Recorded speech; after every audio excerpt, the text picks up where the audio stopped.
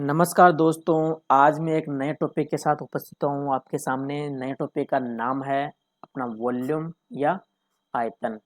आज मैं 3D आकृतियों का आयतन निकालना बताऊंगा। 3D आकृतियाँ क्या होती है वो मैंने आपको बता भी दिया और एक बार फिर से बता देता हूँ। 3D आकृतियों में का मतलब होता है त्रिविमीय आकृतियाँ। त्रिविम का मतलब ये होता है कि उसकी लंबाई, चौड़ाई और ऊंचाई अपने को दिखती रहती है या दी गई होती है, उसको 3D आकृतियाँ बोलते हैं। तो अपन 3D आकृतियों के क्रम में पहले आकृति की बात करते हैं, उसके आयतन की बात करते हैं। तो पहले आकृति अपन लेते हैं अपना घनाभ। देखो घनाभ क्या होता है वो मैं आपको बता देता हूँ। घनाभ आपने अपनी माचिस वगैरह देखी होगी, माचिस देखी होगी, अपने कोई भी बॉक्स आते हैं वो देखे होंगे, अपना कमरा देखा, वो घनाभ की आकृति होते हैं। घनाभ की आकृति का मतलब होता है कि लंबाई, चौड़ाई और ऊंचाई बराबर नहीं होती है, उसको अपन घनाभ बोलते हैं। देखो ये घनाभ दिख रहा है अपने को, तो इसमें देखो ये तो इसकी ऊंचाई हो गई, ये इसकी लंबाई हो गई और ये इसकी चौड़ाई हो गई। तो ये घनाभ हो गई। ये इसका आधार होता है, आधार तो इसका 2D होता है, लेकिन इसकी ऊंचाई जो अपने को दिखती है ना, उसके बाद ये हो जाता है 3D आकृति। ठीक है। तो अपन घनाभ में देखते हैं कि घनाभ के जो पृष्ठ होते हैं, पृष्ठ या इसकी फलक या सतह, तो वो 6 होती है। एक तो ये 2 3 4, एक इसके पीछे वाली ये और इसके जस्ट सामने वाली, तो इसकी 6 फलकें होती है।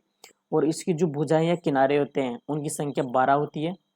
और जो इसके शीर्ष होते हैं उनकी संख्या 8 होती है। तो ये अपना घनाभ हो गया।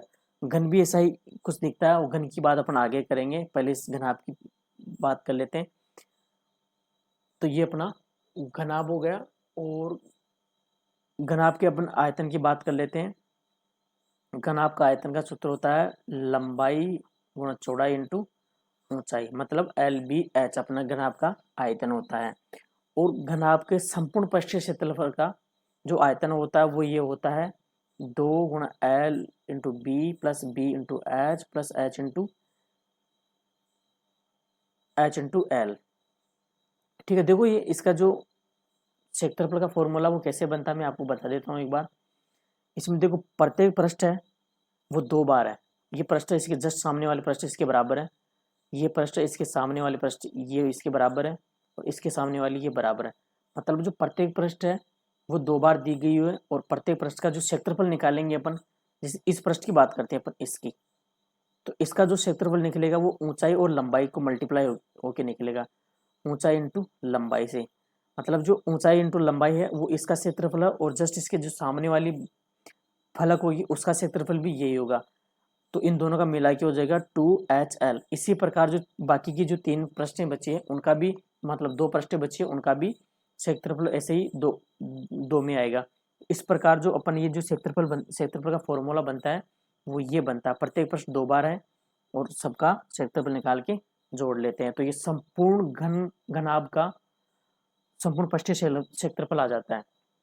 ठीक है। इसी के साथ अपन इस जो घनाभ है इसके विकर्ण की बात करते हैं, या जो घनाभ में आने वाली सबसे लंबी लकड़ी या छड़ की बात करते हैं, तो वो इसका विकर्ण होता है। देखो क्वेश्चन टाइप पूछते हैं वो ऐसे पूछते हैं क्वेश्चन में कि जो ये कमरा है इसमें सबसे बड़ी छड़ कितनी लंबी आ सकती है, उसकी लंबाई ज्ञात करो। तो वो अपने को विकर्ण ज्ञात करना होता है हमेशा। देखो पहले तो मैं इसमें विकर्ण कहाँ से कहाँ तक होता है वो मैं बता देता हूँ। देखो अपन यहाँ से यहाँ लेंगे तो ये इसका विकर्ण तो होगा, लेकिन जो ये ऊपर वाली पृष्ठ है ये इसी का विकर्ण होगा, इस पूरे घन का विकर्ण नहीं होगा। तो इस पूरे घन का विकर्ण लेने के लिए अपन ने जो विपरीत कोने हैं उनमें ऊपर से नीचे अपने को लाइन खींचनी पड़ेगी, तो वो उसका विकर्ण होगा। मतलब ये कोना है, ये वाला कोना, इससे ऊपर से नीचे की तरफ में लाइन खींचूंगा तो ये इसका विकर्ण हो जाएगा। ये इसमें सबसे लंबी लकड़ी या छड़ होगी जो इस कमरे या इस बॉक्स या इस घनाभ में आ जाएगी, तो ये इसका विकर्ण होता है। विकर्ण का फॉर्मूला वही उसी की तरह निकलेगा अपना पाइथागोरस प्रमेय की तरह, लेकिन इसमें 3 डायमेंशन है तो तीनों के अलग अलग लिखेंगे अपन। लंबाई स्क्वायर प्लस चौड़ाई स्क्वायर प्लस ऊंचाई स्क्वायर, ये अपना इसका विकर्ण हो जाता है।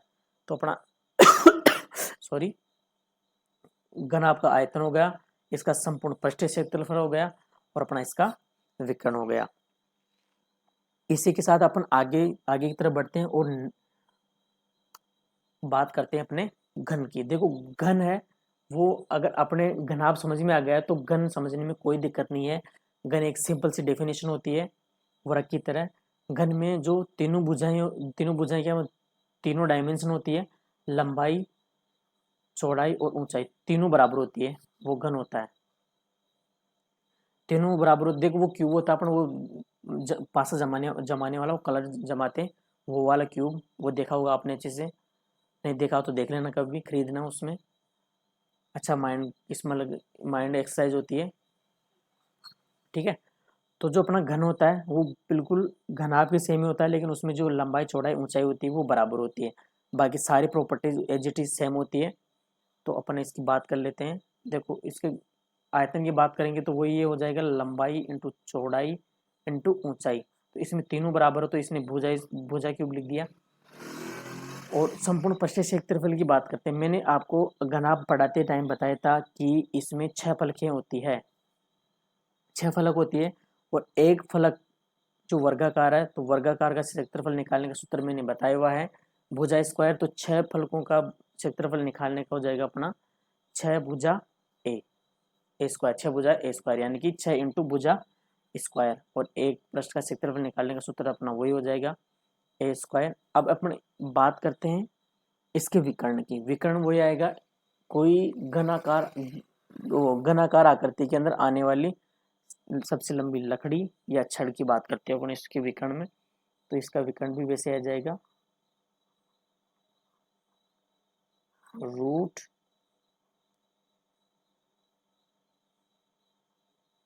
ए स्क्वायर प्लस ए स्क्वायर प्लस सॉरी ए स्क्वायर, क्योंकि इसमें लंबाई चौड़ाई ऊंचाई ए है, इसकी चौड़ाई है, इसकी लंबाई है और ये इसकी ऊंचाई है, तीनों ए है तो अपन ए लिख देंगे। अब देखो ए स्क्वायर कितना कितना हो गया 3a स्क्वायर का रूट। अब ये गुणा में ए स्क्वायर तो ए स्क्वायर का रूट तो हट जाएगा और अपने पास बच जाएगा √3a। ये आ जाएगा अपने घन का विकर्ण। तो अपने पास घन का आयतन हो गया भुजा क्यूब, घन का संपूर्ण पृष्ठीय क्षेत्रफल हो गया 6 गुणा भुजा स्क्वायर, और घन का एक पृष्ठ का क्षेत्रफल हो गया भुजा स्क्वायर, और घन का विकर्ण हो गया √3a। अब इसी के साथ अपन आगे बढ़ते हैं और अगला टॉपिक लेते हैं अपना बेलन यानी कि सिलेंडर। अब देखो बेलन, बेलन में बेलन का जो आयतन होता है उसकी बात करेंगे अपन, क्षेत्रफल वगैरह की बात करेंगे। तो बेलन का जो आयतन होता है उसका फॉर्मूला होता है अपना πr²h। देखो बेलन को पहले मैं इसकी आर और एच बता देता हूँ कहाँ कहाँ पे है। बेलन की यहाँ से यहाँ तक की तो इसकी ऊंचाई होती है, और इसका जो सेंटर है यहाँ से यहाँ तक इसकी रेडियस यानी कि आर होती है।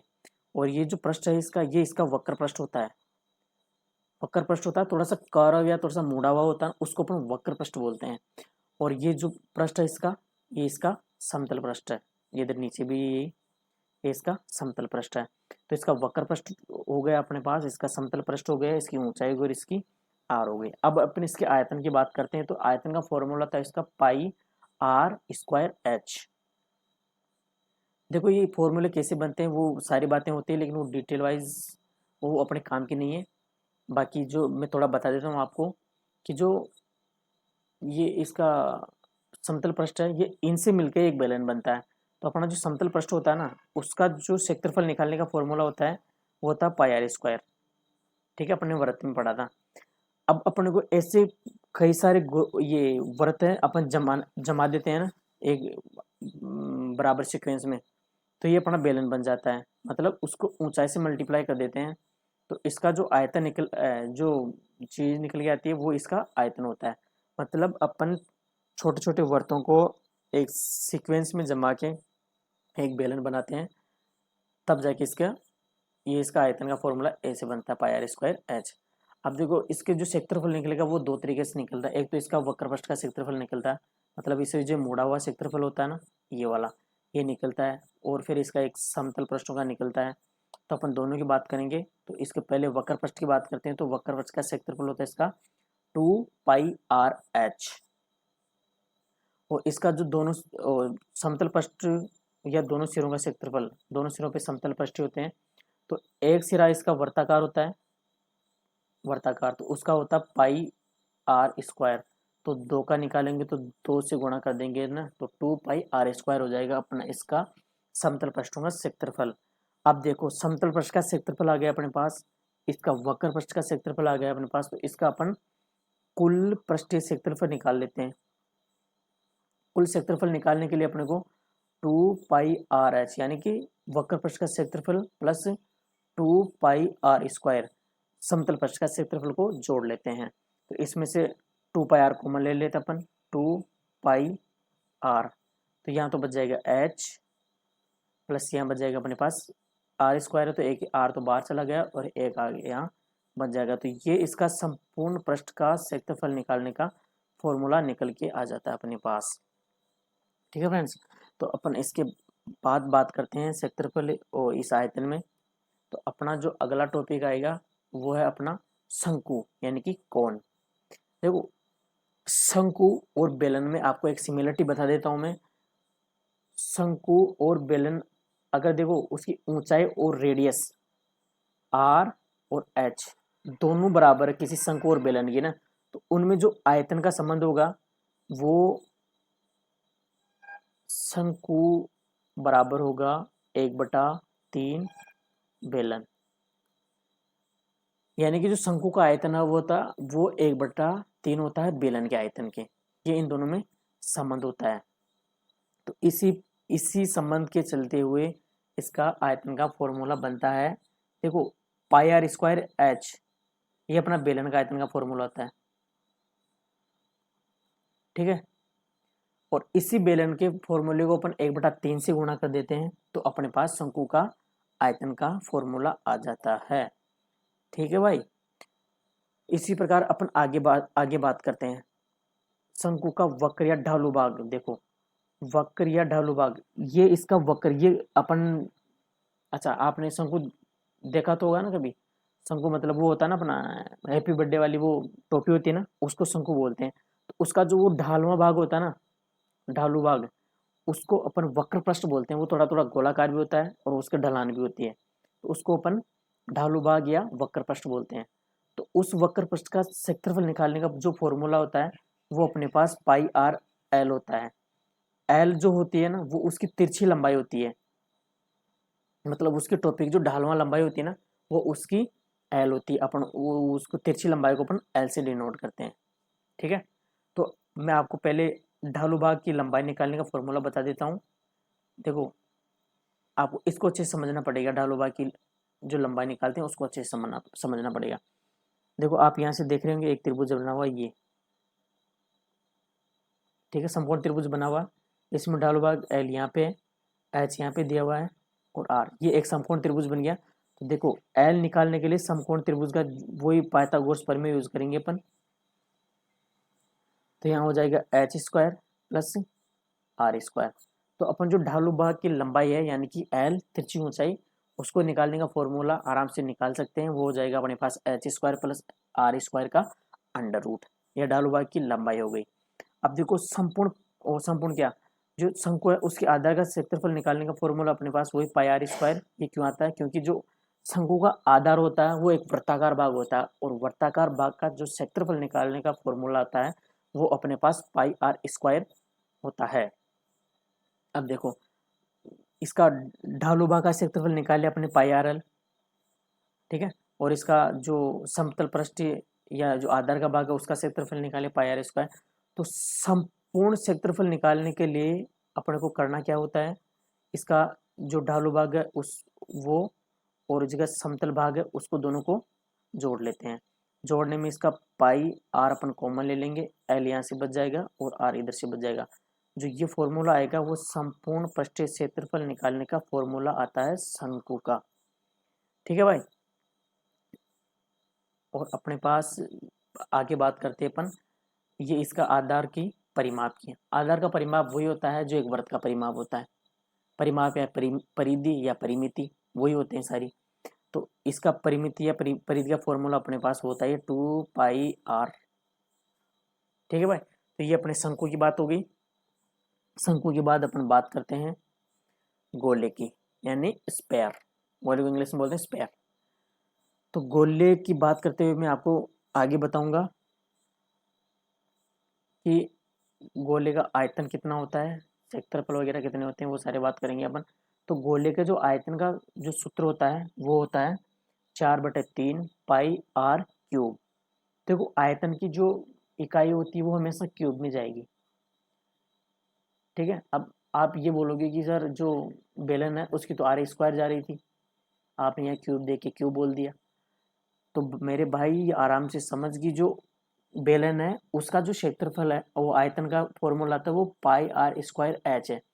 इसमें यही राशि कांस्टेंट है, बाकी ये दोनों तो परिवर्तनशील है, यानी कि जो अपने पास इकाई बनेगी वो इन दोनों गुणों की बनेगी। तो आर स्क्वायर से आ जाएगा एक, दो स्क्वायर तो, और एक यहाँ से आ जाएगा, यानी कि क्यूब भी यहाँ से बन जाएगा। तो अपने को ध्यान रखना कि जो आयतन की इकाई होगी वो क्यूब में जाके लगेगी, ठीक है। स्क्वायर वाली जो अपने पास ऑप्शन होगा वो अपने यहाँ हमेशा गलत होगा। तो गोले का आयतन होता है 4/3 पाई आर क्यूब। अब देखो गोले से अपना अर्धगोले का आयतन की बात कर लेते हैं। जो गोले का आयतन है उसमें 2 का भाग दे देंगे तो अपने पास अर्धगोले का आयतन आ जाएगा। तो 4/3 पाई आर क्यूब बटे 2, 2 से 4 2 बार कट जाएगा। जो अपने पास अर्धगोले का आयतन आ जाएगा वो आ जाएगा 2/3 पाई आर क्यूब। ये अर्धगोले का आयतन आ जाएगा। इसकी आर ये होती है, ठीक है, इसकी जिंदगी में आ रही है और कुछ ज़्यादा नहीं है, और जो भी आएगा वो अपन आगे बात करते रहेंगे। गोले के संपूर्ण पृष्ठीय क्षेत्रफल, इसका वक्र पृष्ठ होता है, इसमें समतल पृष्ठ काटने के बाद बनता है। अगर आपके पास एक संपूर्ण गोला है तो उसमें वक्र पृष्ठ होता है, समतल पृष्ठ नहीं होता है। तो उसका जो समतल पृष्ठ निकालने का फॉर्मूला होता है वो 4 पाई आर स्क्वायर होता है। अब देखो अर्धगोला है, अर्धगोले का संपूर्ण पृष्ठीय क्षेत्रफल का फॉर्मूला अपने पास आ जाता है 3 पाई आर स्क्वायर। ये कैसे आता है मैं आपको पहले समझा देता हूँ। देखो अपन गोले को आधा करेंगे तो आधा करते ही तो जो वक्र पृष्ठ होगा वो आधा तो हो ही जाएगा, यानी कि जो वक्र पृष्ठ होगा अर्धगोले का वो आ जाएगा 2 पाई आर स्क्वायर, क्योंकि वो 2 में चेंज हो जाएगा, 2 में बढ़ जाएगा, वो एक गोला होता है वो 2 में बढ़ जाता है। अब देखो जो तीसरा पाई आर स्क्वायर आ रहा है वो कहाँ से आ रहा है वो बता देता हूँ मैं आपको। 2 तो इसका हो गया पूरे का, इसका, ठीक है, और जो 1 पाई आर स्क्वायर आएगा वो इसका आएगा। तो जो अर्धगोले का संपूर्ण पृष्ठीय क्षेत्रफल होता है वो ये हो जाता है, पाई आर स्क्वायर से में जुड़ जाता है। तो टोटल हो जाएगा 3 पाई आर स्क्वायर। ये अर्धगोले का संपूर्ण पृष्ठीय क्षेत्रफल का फॉर्मूला हो गया, ठीक है भाई। और अर्धगोले का वक्र पृष्ठ अपने पास हो ही गया 2 पाई आर स्क्वायर, ठीक है। आगे बढ़ते हैं और अपन बात करते हैं मैंने 2 बिंदु बीच में डाले हैं इसमें, तो इन दोनों बिंदु की बात कर लेते हैं। इनमें से पहला है कि कोई भी 2 राशियों का गुणनफल है, जैसे a गुणा b है, ठीक है। तो a गुणा b, इसमें a में अपन परिवर्तन करते हैं, इसको बढ़ाते हैं घटाते हैं, या b को बढ़ाते हैं या घटाते हैं। तो इनमें जो इसके जो गुणनफल है उसमें जो परिवर्तन होगा उसको कैसे निकालते हैं अपन, उसके लिए मैंने ये स्पेशल पॉइंट डाला है। ये अपना क्षेत्रफल और आयतन दोनों में काम आएंगे, तो उसके लिए मैंने ये डाला है। तो देखो ए में परिवर्तन होगा उसको अपन यहाँ लिखेंगे प्लस माइनस एक्स, बी के परिवर्तनों को अपन यहाँ लिखेंगे प्लस माइनस वाई, और एक्स और वाई दोनों के परिवर्तन को यहाँ लिखेंगे। प्लस माइनस का जो साइन लगेगा वो इस प्रकार लगेगा कि अगर परिवर्तन करने में अपन बढ़ा रहे हैं तो अपन प्लस लगाएंगे, और घटा रहे हैं तो अपन माइनस का यूज करेंगे। और यहाँ पर जो साइन आएगा वो इन दोनों के साइनों पर डिपेंड करेगा। और जो वैल्यू आएगी अगर वो वैल्यू धनात्मक आ रही है तो इसका सीधा सा मतलब ये निकलेगा कि जो इन दोनों राशियों का गुणनफल है ए और बी का वो बढ़ रहा है, ठीक है। और इसकी वैल्यू ऋणात्मक आएगी तो इसका सीधा सा मतलब ये है कि जो ए और बी है इन दोनों का गुणनफल घट रहा है, ठीक है, इसका नेगेटिव प्रभाव पड़ रहा है। तो अपन इसे ये निकाल सकते हैं। इन ये जो फॉर्मूला है इसका यूज ज़्यादातर क्षेत्रफल का जो प्रभाव निकालते हैं उसमें यूज होता है, क्योंकि उसमें 2 ही राशियाँ यूज होते हैं मल्टीप्लाई होके एल इंटू बी। जैसे आयत का क्षेत्रफल हो गया, वर्ग का क्षेत्र आर स्क्वायर हो गया, ये इससे करके इसमें यूज होता है। और इसी प्रकार अपन तीन राशियों का जो परिवर्तन है वो भी निकाल सकते हैं। उसके लिए स्टैंडर्ड फॉर्मूला होता है, इसको यूज कर सकते हैं। 100 plus minus X, 100 plus minus Y और 100 प्लस माइनस जेड, ये तीनों राशियों का जो प्रभाव होगा वो आएगा, और उनके बटे में आएगा 100 गुणा 100 और माइनस 100, ये प्रतिशत आ जाएगा। प्रतिशत में आएगा वही, अगर ये धनात्मक आया तो गुणनफल बढ़ रहा है, और ऋणात्मक आया तो गुणनफल घट रहा है। अपन इन दोनों की बात करेंगे, और ये और बाकी क्वेश्चनों के साथ अपन अच्छे से बात करेंगे। इसी के साथ अपन बात करते हैं आयतन के क्वेश्चनों की। तो क्वेश्चनों के क्रम में बढ़ते हुए पहला क्वेश्चन लेते हैं अपने घनाभ का। घनाभ के अंदर अपने को लंबाई, चौड़ाई और ऊंचाई दी गई है 20, 12 और 9। तो इसमें पूछा है अपने को इसका आयतन, इसका संपूर्ण पृष्ठ और इसका विकर्ण अपने से पूछा गया है। तो अपने इसका आयतन ज्ञात कर लेते हैं। आयतन ज्ञात करने के लिए अपने को आयतन का फॉर्मूला याद होना चाहिए। आयतन का फॉर्मूला था LBH, लंबाई गुणा चौड़ाई गुणा ऊंचाई। तो अपने पास ही आ जाएंगे 20 गुणा 12 गुणा 9।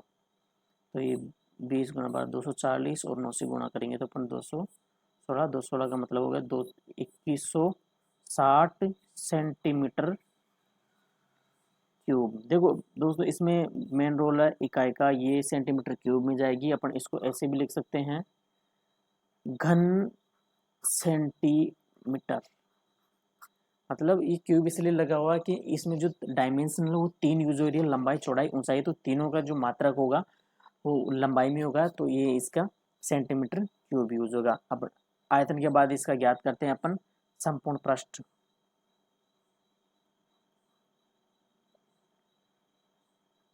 संपूर्ण पृष्ठ के लिए अपने पास फॉर्मूला लगता है, वो ये लगता है LBBH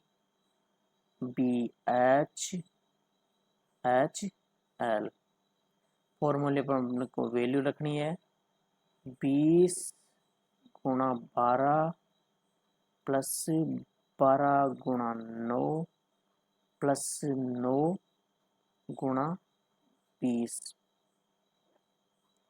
आगे बढ़ते हैं अपन, 2 गुणा 240 प्लस 108 प्लस 180, और इसको सोल्व करते हैं तो अपने पास आ जाता है 1056। अब देखो अपन क्षेत्रफल की बात करें तो इसमें जो इकाई लगेगी वो लगेगी सेंटीमीटर स्क्वायर, क्योंकि क्षेत्रफल जो होता है वो 2D होता है, तो इसमें इकाई लगेगी सेंटीमीटर स्क्वायर। अब अपन बात करते हैं इसके विकर्ण की। विकर्ण का फॉर्मूला अपन ने सीखा था, L square plus B square plus H square. ठीक है भाई, लंबाई हो जाएगी इसकी 20 का स्क्वायर प्लस 12 का स्क्वायर प्लस 9 का स्क्वायर, इन सब का रूट। आगे अपन सोल्व करते हैं तो ये हो जाएगा अपने पास 400 प्लस 144 प्लस 81, इनको टोटल हो जाएगा ये 625, 625 का रूट हो जाएगा अपने पास 25, यानी कि जो इस कमरे का विकर्ण आएगा वो आएगा अपने पास 25 सेंटीमीटर। अब देखो मैंने इस जो विकर्ण की इकाई लगाई है सेंटीमीटर, इसमें ना तो स्क्वायर लगाया ना क्यूब लगाया। जो लंबाई होती है वो 1 डायमेंशनल होती है, इसलिए अपन इसमें सेंटीमीटर ना तो स्क्वायर लगाते हैं ना क्यूब लगाते हैं। इन चीज़ों का ध्यान रखते हुए अपन आगे बढ़ते हैं और अगला क्वेश्चन देखते हैं। अपना अगला क्वेश्चन है घन का। घन में अपने को भुजा दी गई है इसकी 4 सेंटीमीटर, और इसका पूछा अपने से आयतन, संपूर्ण पृष्ठ और विकर्ण। देखो घन की परिभाषा बहुत इजी होती है, इसी से अपन इसको निकालेंगे। तो घन का आयतन आएगा अपने पास भुजा क्यूब। तो भुजा क्यूब के लिए अपने पास 4 गुणा 4 गुणा 4 इक्वल टू 64 सेंटीमीटर क्यूब, ये इसका आयतन आ जाएगा। अपन आगे बढ़ते हैं और इसके संपूर्ण क्षेत्रफल की बात करते हैं। देखो बहुत इजी क्वेश्चन है, अपने को लग रहा होगा कि कुछ पढ़ा नहीं रहे, लेकिन ये इजी इतने हैं। पृष्ठ, संपूर्ण पृष्ठ का क्षेत्रफल है अपने पास 6 इंटू ए स्क्वायर। तो 6 गुणा ए स्क्वायर का मतलब हो गया 4 स्क्वायर, और ये सोल्व करके हो जाएंगे अपन 6 गुणा 16 बराबर हो जाएगा 64 सेंटीमीटर स्क्वायर। क्षेत्रफल की वैल्यू है इसलिए मैंने इसमें सेंटीमीटर स्क्वायर लिखा है। और अब इसका विकर्ण ज्ञात करते हैं। देखो इसका विकर्ण का फॉर्मूला अपने लिखा था, वो लिखा था √3 गुणा भुजा। भुजा अपने पास कितने हैं 4 सेंटीमीटर, तो ये हो जाएगा रूट गुणा 4, और जो आंसर आएगा वो अपने पास आ जाएगा 4√3 सेंटीमीटर। वन डायमेंशनल इसलिए मैंने इसमें इसका जो यूनिट लगाई है वो सेंटीमीटर लगाई है, सेंटीमीटर स्क्वायर या घन नहीं लगाई है। और अपने नेक्स्ट क्वेश्चन की तरफ बढ़ते हैं। अपना नेक्स्ट क्वेश्चन है कि एक लंबवर्ती बेलन की लंबाई है, लंबाई या ऊंचाई। देखो लंबी बेलन में जो लंबाई होती है वो नीचे गिरा हुआ होता था, उसकी लंबाई होती है, और अगर वो खड़ा हुआ तो उसकी ऊंचाई कैलकुलेट करते हैं। होती एक ही चीज़ है दोनों, लंबाई और ऊंचाई। तो इसकी लंबाई ले रहे हैं अपन, वो ये इसी की ऊंचाई होगी। और आधार की त्रिज्या, मतलब जो बेलन का आधार है उसकी त्रिज्या होगी 3.5 सेंटीमीटर। तो इस बेलन का अपने को आयतन निकालना है, वक्र पृष्ठ निकालना और संपूर्ण पृष्ठीय क्षेत्रफल निकालना है। देखो दोस्तों अपन बात करते हैं इसके आयतन की।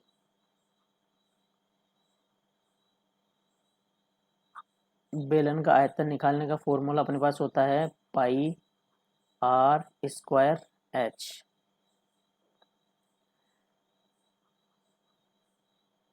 पाई की वैल्यू लिख देते हैं अपन 22/7, आर की वैल्यू लिख देते हैं अपन 3.5 गुणा 3.5, और ऊंचाई लिख देते हैं अपन 80 सेंटीमीटर। अब अपन इसको सोल्व करेंगे तो ये 7 से 35 घट जाएगा, 3.5 घट जाएगा 0.5 बार। ठीक है दोस्तों, और इसको गुणा करेंगे तो अपने पास आ जाएगा answer pi R square H को, ये इससे 0.5 बार कट गया, 80 से गुणा होगा 8 24 40 22 से गुणा, ये तो अपने पास टोटल गुणा हो क्या जाएगा ये 3080 सेंटीमीटर क्यूब। ये अपने पास इसका आयतन आ जाएगा। अब अपन आयतन के बाद बात करते हैं इसके वक्र पृष्ठ की।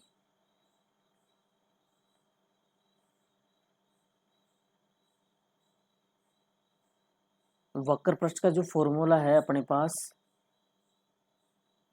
वो होता है 2πr/h। अपन इसमें वैल्यू पुट करते हैं तो 2 पाई की वैल्यू 22/7, आर की वैल्यू 3.5, और इसकी हाइट या लंबाई हो जाएगी 80 सेंटीमीटर। तो अपन इसको सोल्व करते हैं। देखो 7 से ये 0.5 बार गया, 0.5 को इससे गुणा करेंगे तो यहाँ जाएगा 40, और इसको गुणा करेंगे तो 88, 88 को 8 8 1600 8 2 176। तो ये टोटल हो जाएगा अपने पास 176, और ये जो जीरो बच रहा है वो ऐसे कैसे, यानी कि 1760 सेंटीमीटर स्क्वायर।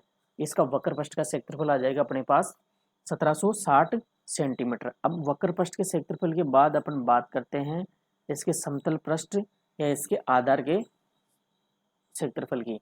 इसने पूछा तो नहीं है, लेकिन जो संपूर्ण क्षेत्रफल निकालेंगे अपन वो उसी से निकालेंगे। आधार का क्षेत्रफल निकाल के दोनों को इसमें वक्र पृष्ठ में जोड़ देंगे तो इसका संपूर्ण पृष्ठीय क्षेत्रफल आ जाएगा। तो अपन इसके समतल पृष्ठ की बात करते हैं। समतल पृष्ठ में आ जाएगा इसका 2πr स्क्वायर। इसकी वैल्यू रखते हैं अपन 2 गुणा 22/7 गुणा वो 3.5 गुणा 3.5। तो अपन इसको सोल्व करेंगे यहाँ से, तो यहाँ जाएगा 0.5, और 0.5 को 11 से 22 से गुणा करेंगे तो यहाँ जाएगा 11, 11 वापस 2 से गुणा करेंगे तो 22, और 22 को 3.5, 22 को 3.5 से गुणा करेंगे तो अपने पास आ जाएगा 77 सेंटीमीटर स्क्वायर। देखो ये भी क्षेत्रफल है तो सेंटीमीटर स्क्वायर में आ रहा है, ये भी क्षेत्रफल है तो सेंटीमीटर स्क्वायर में आ रहा है। अब अपने पास वक्र पृष्ठ का क्षेत्रफल है, वो दोनों समतल पृष्ठ क्षेत्रफल का सूत्र मान है, तो अपन इसका संपूर्ण पृष्ठ का क्षेत्रफल निकाल सकते हैं। संपूर्ण पृष्ठ का क्षेत्रफल तो वो आ जाएगा अपने पास 1760 प्लस 77 यानी कि 1837 सेंटीमीटर स्क्वायर। स्क्वायर लिखा है, ये भी क्षेत्रफल है इसलिए मैंने यहाँ स्क्वायर लिखा है, यहाँ भी क्षेत्रफल है स्क्वायर है, यहाँ भी क्षेत्रफल है स्क्वायर है, और यहाँ पर है जो ये आयतन है तो ये सेंटीमीटर क्यूब में है। तो अपन ने इसका संपूर्ण पृष्ठ निकाल लिया, वक्र पृष्ठ निकाल लिया, समतल पृष्ठ निकाल लिया और इसका आयतन निकाल लिया। एक बेलन में से इतने ही क्वेश्चन बनते हैं, सारे क्वेश्चनों की अपन ने बात कर ली है। आगे वेरिएशन की बात अपन अगले वाले पार्ट में करेंगे। तब तक के लिए इस बेलन के लिए इतना ही, और आगे बढ़ते हैं अपन और अगला क्वेश्चन लेते हैं शंकु का। अपने शंकु के लिए बोला है कि शंकु के आधार की त्रिज्या 21 सेंटीमीटर है और उसकी ऊंचाई 28 सेंटीमीटर है। तो अपने को शंकु में ज्ञात क्या क्या करना है। शंकु में ज्ञात करने के लिए अपने पास एक तो तिर्यक ऊंचाई है और इसका आयतन निकालना अपने को, इसका वक्र पृष्ठ निकालना और इसका संपूर्ण पृष्ठ निकालना है। देखो मैंने एक क्वेश्चन को वन लाइनर क्वेश्चन लिखा है, लेकिन इसमें सारी डिटेल निकालने के लिए बोला है। अपनी सारी चीज़ों की प्रैक्टिस हो जाएगी, इसलिए मैंने क्वेश्चन को इतना लेंथी किया है। चलो अपन तिर्यक ऊंचाई की बात करते हैं। इसमें तिर्यक ऊंचाई को अपन लिखते हैं L से। शंकु की बात कर रहा हूँ मैं। देखो शंकु मैं यहाँ बना देता हूँ, ये हो गया अपना शंकु, ये इसकी तिर्यक ऊंचाई हो गई, ये यहाँ से इसकी R हो गई और ये यहाँ से इसकी H हो गई। तो अपन L की बात करते हैं, तब क्या क्या आता है अपने पास, पाइथागोरस प्रमेय से S square plus R square. तो अपन इस क्रम में इसकी बात करते हैं और L निकालते हैं। तो H स्क्वायर का कितना हो जाएगा अपने पास, 28 का होल स्क्वायर, 28 का होल स्क्वायर कितना होगा 784 प्लस 21 का होल स्क्वायर मतलब R का होल स्क्वायर अपने पास हो जाएगा 441। इन दोनों का अपने को अभी भी रूट करके रखना है और ये हो जाएगा 1225 टोटल, और रूट निकालेंगे तो अपने पास हो जाएगा ये 35 सेंटीमीटर। अब देखो मैंने इसको सेंटीमीटर लिखा, मतलब ये वन डायमेंशनल है इसलिए मैंने इसको सेंटीमीटर लिखा है। मतलब जो अपना जो शंकु है उसकी तिर्यक ऊंचाई अपने पास 35 सेंटीमीटर आ गई है। अब देखो ऊंचाई आ गई, अब इसके आयतन की बात करते हैं अपन। आयतन आयतन का फॉर्मूला अपने पास होता है 1/3 पाई R स्क्वायर H। इसमें वैल्यू पुट करते हैं तो 1/3 गुणा 22/7 गुणा R की वैल्यू है अपने पास 21 गुणा 21, H है अपने पास 28। इन सबको सोल्व करते हैं अपन तो अपने पास आता है 12,936 सेंटीमीटर क्यूब। सेंटीमीटर क्यूब इसीलिए लिखा है क्योंकि ये आयतन है और 3 डायमेंशनल है। अब अपन इसकी बात करते हैं वक्र पृष्ठ की क्षेत्रफल की। देखो इसमें वक्र पृष्ठ है, उसका फॉर्मूला होता है पाई R L। L अपने निकाल लिए, R अपने पास है, पाई की वैल्यू अपने को पता है तो 22/7 गुण R की वैल्यू है 21 और L की वैल्यू अपने पास 35, जस्ट अपन ने भी पहले निकाली थी। तो अपन इसको सोल्व करेंगे तो अपने पास पाई आर एल की वैल्यू आ जाएगी 2310 सेंटीमीटर स्क्वायर। सेंटीमीटर स्क्वायर इसलिए लिखा है सेंटीमीटर स्क्वायर क्योंकि ये भी एक क्षेत्रफल है। अब अपन संपूर्ण पृष्ठीय क्षेत्रफल की बात करते हैं। इससे पहले मैं आपको देखो वक्र पृष्ठ निकाल लिया अपन ने, और अब इसका जो बचा क्या है आधार का क्षेत्रफल वो निकाल लेते हैं। तो अपन वो निकाल के इसके ये वक्र पृष्ठ में जोड़ देंगे तो अपने पास संपूर्ण पृष्ठीय क्षेत्रफल आ जाएगा। तो मैं अब यहाँ निकाल देता हूँ इसका आधार का क्षेत्रफल। आधार का क्षेत्रफल निकालने के लिए पाई आर स्क्वायर, तो वैल्यू लिखेंगे तो 22/7 गुणा 21 ये 3 बार ये हो जाएगा। इसे गुणा करेंगे तो अपने पास आंसर आ जाएगा इसका 1386। तो ये अपने पास आ गया इसका आधार का क्षेत्रफल। अब संपूर्ण क्षेत्रफल की बात करते हैं अपन। तो संपूर्ण क्षेत्रफल में एक तो ये क्षेत्रफल जुड़ जाएगा 2310 और एक ये जुड़ जाएगा आधार वाला प्लस 1386। टोटल हो जाएगा अपने पास 3496 सेंटीमीटर स्क्वायर।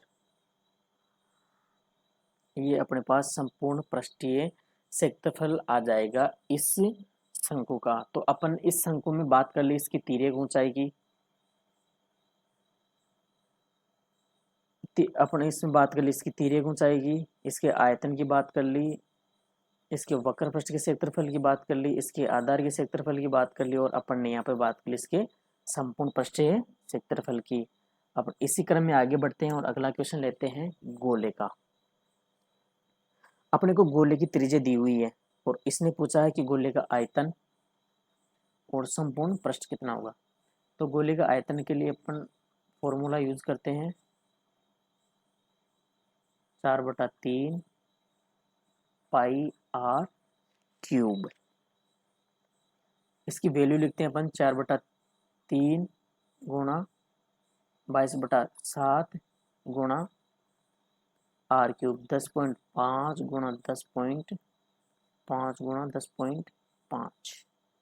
देखो ये इससे कट जाता है 1.5 बार और 3 से फिर ये कट जाएगा 0.05 बार। अब इनको गुणा करके अपन लिखेंगे तो अपने पास आंसर आएगा 4851। अब इसमें वो यूनिट लगेगी वही सेंटीमीटर क्यूब लगेगी, क्योंकि आयतन है और आयतन 3 डायमेंशन होता है, तो इसकी जो यूनिट लगेगी वो सेंटीमीटर क्यूब में लगेगी। अब अपन इसके बात करते हैं संपूर्ण पृष्ठीय क्षेत्रफल की। तो संपूर्ण पृष्ठीय क्षेत्रफल का जो फॉर्मूला होता है वो क्या होता है अपने पास 4 पाई आर स्क्वायर, सॉरी यहाँ पे स्क्वायर है, ठीक है। तो अपन इस फॉर्मूले में इसकी वैल्यू लिखते हैं 4 गुणा 22/7 गुणा 10.5 गुणा 10.5। ठीक है दोस्तों, वो ये 1.5 बार कटेगा और अपन इसको गुणा करेंगे तो अपने पास आंसर आ जाएगा इसका 1386 सेंटीमीटर स्क्वायर। तो ये इसका आ गया संपूर्ण पृष्ठीय क्षेत्रफल। और इसी के साथ अपन आगे बढ़ते हैं।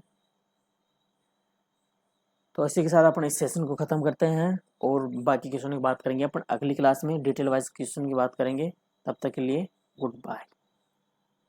दोस्तों वीडियो अच्छा लगा हो तो हमारे चैनल को सब्सक्राइब करें और अन्य किसी भी जानकारी के लिए कमेंट बॉक्स में कमेंट करें और हमें बताएं, ताकि हम आगे भी अच्छे वीडियो आपको उपलब्ध करवा सकें। Thank you.